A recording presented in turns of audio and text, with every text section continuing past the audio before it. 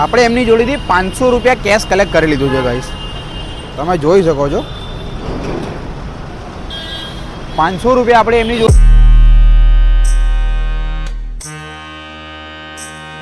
તો hello guys, તમારા બધાનું ફરીથી સ્વાગત કરું છું એક મારા નવા વ્લોગમાં.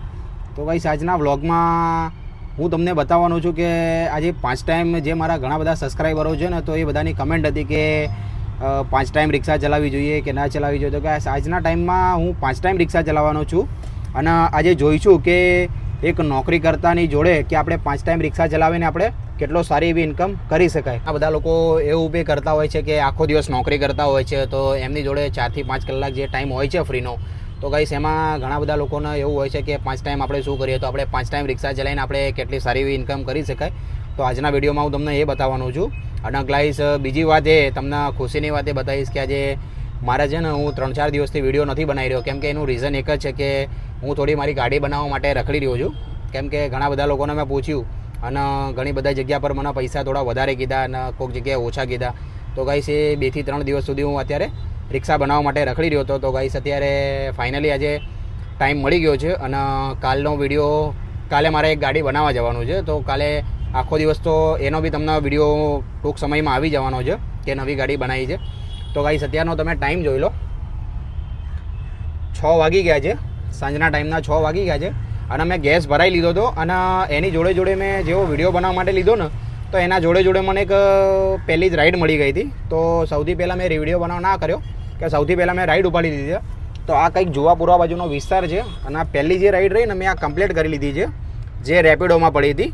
તો અત્યારે જોઈ લો, એમની જોડેથી કેશ મેં કલેક્ટ કરી લીધા છે 120 રૂપિયા. તો આ પહેલી રાઈડ આપણે કમ્પ્લીટ કરી લીધી છે.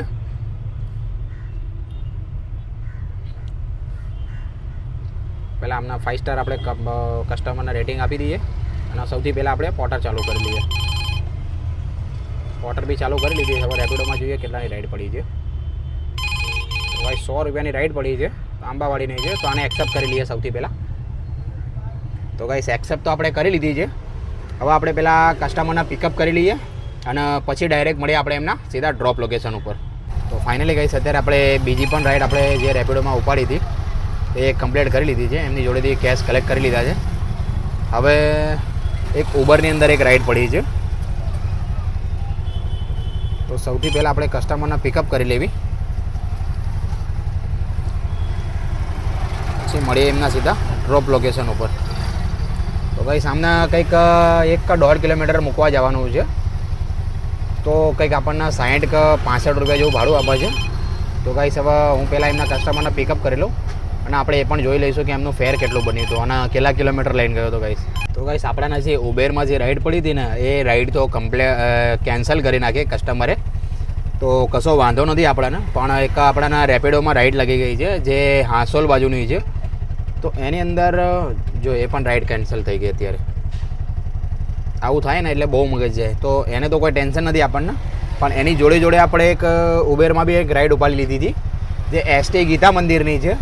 તો હવે આપણે પહેલાં ઉબેરની રાઈડમાં આપણે કસ્ટમરને પહેલાં પિકઅપ કરીએ, જોઈએ કે પાછી એ રાઈડ મળતી હોય ને રેપિડોમાં, તો આપણે એ બી ઉપાડી લઈશું. તો સૌથી પહેલાં આપણે કસ્ટમરને પિકઅપ કરી લેવી અને પછી સીધા આપણે મળીએ ડ્રોપ લોકેશન પર અને એ પર તમને બતાવીશ કે એમનું ફેર કેટલું થયું ગાઈસ. જો આવું થાય, એ રાઈડ છે ને જે મેં બીજી બી ઉબરમાં ઉપાડી હતી ને એસટી ગીતા મંદિરની, એ બી કેન્સલ થઈ ગઈ. તો હવે આપણે આ ત્રીજી રાઈડ ઉપાડી લીધી છે.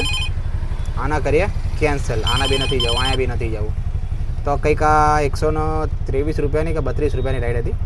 તો સૌથી પહેલાં આપણે કસ્ટમરને પિકઅપ કરી લેવી અહીંયા કને ઉબેરની અંદર, અને પછી મળીએ આપણે સીધા ડ્રોપ લોકેશન ઉપર. એ બી તમને બતાવીશ કે આમનું ફેર બી કેટલું થયું છે. તો કેમ કે હવે જો વિડીયો તો પછી તમને બતાવું છું, સૌથી પહેલાં આપણે કસ્ટમરને પિકઅપ કરી લેવી, કેમ કે થોડું બી લેટ થશે ને તો કસ્ટમર ડાયરેક્ટ કેન્સલ કરી નાખશે. બોલો ને ભાઈ, ઓટીપી બોલો ને, ઓટીપી બોલો. 6435. ઓકે.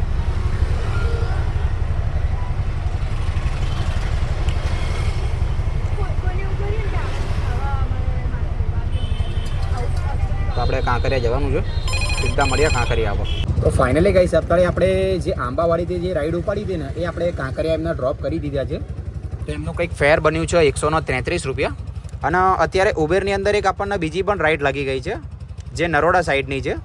તો સૌથી પહેલાં આપણે કસ્ટમરને પિકઅપ કરી લઈએ, બતાવી દઉં તમને.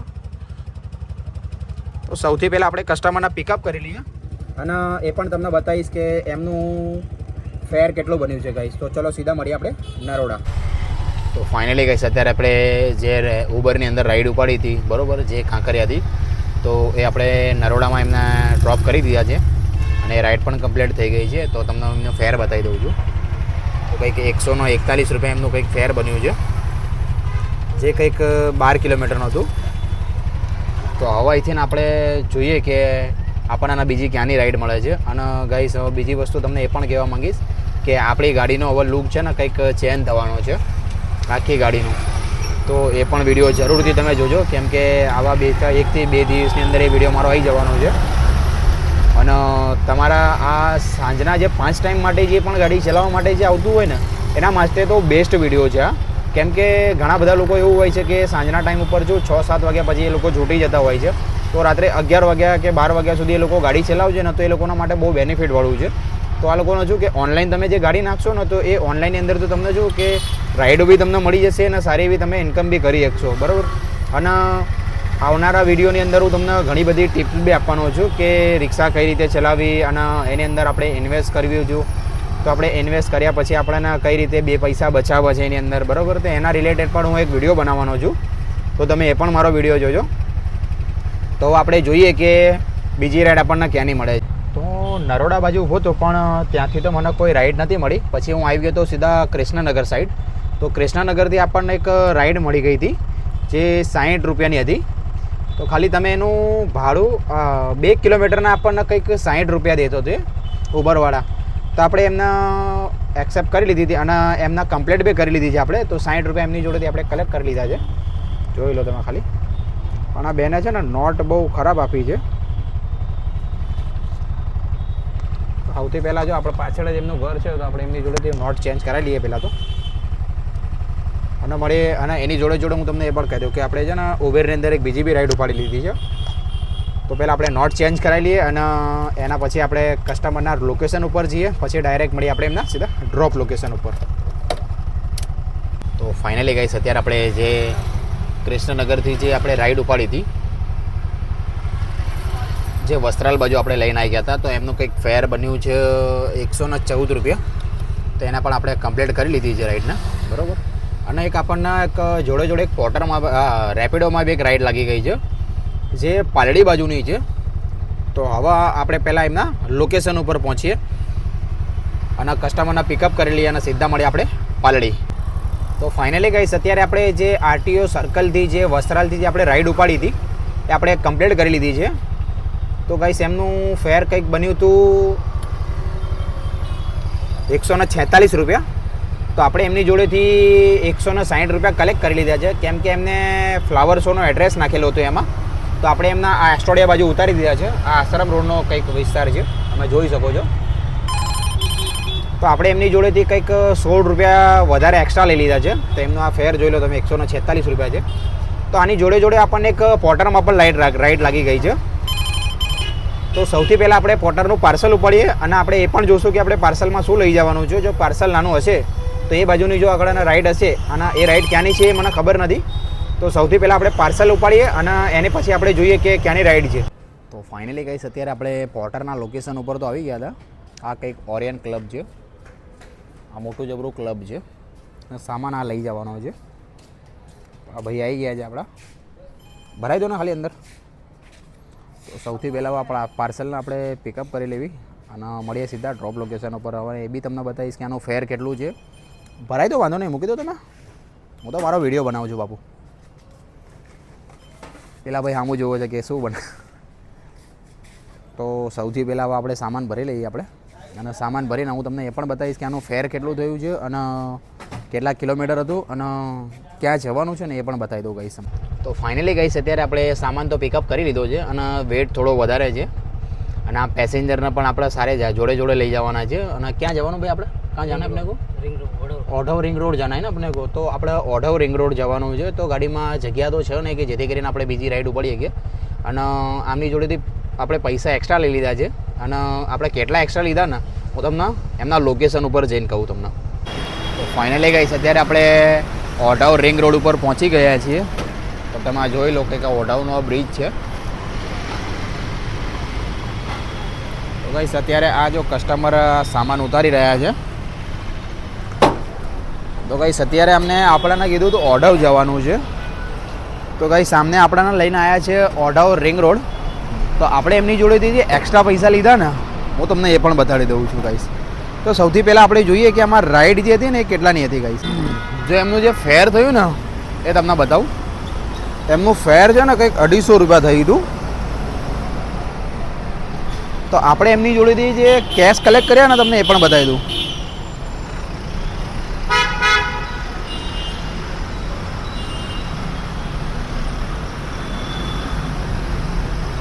આપણે એમની જોડેથી 500 રૂપિયા કેશ કલેક્ટ કરી લીધું છે ગાઈસ. તમે જોઈ શકો છો 500 રૂપિયા આપણે એમની જોડેથી એક્સ્ટ્રા, આપણે 250 રૂપિયા એમની જોડેથી એક્સ્ટ્રા લઈ લીધા છે. કેમ કે થોડો સામાન બી વધારે હતો, પ્લસ પેસેન્જર બી આગળ હતા અને એમને થોડુંક આગળ બી લઈ ગયા. તો આપણે એમના જોડેથી 250 રૂપિયા એમની જોડેથી એક્સ્ટ્રા લઈ લીધા છે. તો હવે આપણે સીધા નીકળી જવું ઘરે અને આપણે જોઈએ કે બીજી રાઈડ આપણને ક્યાંની મળે છે. જમાલપુર બાજુની જો મળી જતી હોય તો સૌથી સારામાં સારું છે. અને આ વિડીયો અત્યારે બસ હવે આટલો જ હતો. અને હું તમને ઘરે જઈને તમને મારી ઇન્કમ બી બતાડીશ કે આપણે 5 ટાઈમ આખો દિવસ રિક્ષા ચલાવીને આપણે કેટલી અર્નિંગ કરી છે એ પણ તમને વિડીયોમાં બતાવી શકો. તો સૌથી પહેલાં આપણે જોઈએ કે આપણને ઘર બાજુની રાઈડ મળે છે કે નહીં, કે આપણાના ઘરે ખાલી ખાલી જવું પડે છે. તો આપણે જે મેં તમને લાસ્ટ અપડેટ જે મેં તમને આપી હતી એ ઓઢવ બાજુની મેં તમને આપી હતી. તો આપણાના ઓઢવ બાજુથી તો એક પણ રાઈડ લાગી નથી. કેમ કે અમદાવાદની અંદર એવું છે ને ગાઈસ કે 10 વાગ્યા પછી છે ને લોકો રાઈડ બુક નથી કરતા. એનું રીઝન શું છે કે અત્યારે 10 વાગ્યા પછી છે ને કે આપણા ઓલા ઉબેર રેપિડોની અંદર છે ને ભાડું દોઢું થઈ જતું હોય છે. તો ઘણા બધા લોકો રાઈડ બુક નથી કરતા હોતા. પણ આપણે ત્યાંથી ઓઢવથી અત્યારે આપણે જમાલપુર ખાલી ખાલી આવી ગયા હતા. અને તમે અત્યારે ટાઈમ જોઈ લો 11:11 થઈ ગઈ છે. અને આજે આપણે કેટલો ધંધો કર્યો હવે હું તમને એ જણાવી દઉં છું. તો અત્યારે જો આ વટવાનો રાઈડ પડી છે. અત્યારે કંઈક 7 કિલોમીટરના આપણને 123 રૂપિયા આપે છે. તો અત્યારે આપણે જવાનું છે નહીં. તો ગાઈસ જે ઓનલાઈનનો જે મેં ધંધો કર્યો છે ને ગાઈસ એ મેં 994 રૂપિયા કર્યો છે. અને જે કેશ ઇન્કમ જે આવી છે ને ગાઈસ એ 380 રૂપિયા કંઈક ઇન્કમ આવી છે ઓનલાઈન. આ કેશ નહીં, બરાબર, તમે જોઈ શકો છો. તો આ 380 પ્લસ 380 તો ગાઈસ 1374 રૂપિયાનો આજે આપણે કંઈક કેટલા 6 વાગે આપણે ગાડી ચાલી હતી. તો 6, 7, 8, 9, 10 હા. તો ગાઈસ 5 કલાકની અંદર મેં 1374 રૂપિયાનો કંઈક ધંધો કર્યો છે આજનો. તો ગાઈસ તમે જોયું કે હું 4 થી 5 કલાક ગાડી ચલાવીને કંઈક 1374 રૂપિયાનો મેં ધંધો કર્યો છે આજે.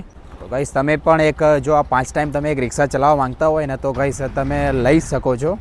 કેમ કે તમે અત્યારે જોયું લાઈવ પ્રૂફ કે મેં 5 થી 6 વાગે મેં ગાડી ચાલુ કરી હતી. તો 11 વાગ્યા સુધી મેં ગાડી ચલાવી હતી. તો ગાઈસ અત્યારે આપણે કંઈક 1374 રૂપિયાનો ધંધો મેં કર્યો હતો. તો ગાઈસ તમે પણ કરી શકો છો. અને ગાઈસ મેં આજે ઓનલાઈન જ ધંધો કર્યો છે. મેં કોઈ પણ પર્સનલ ભાડું ઉપાડ્યું નહોતું.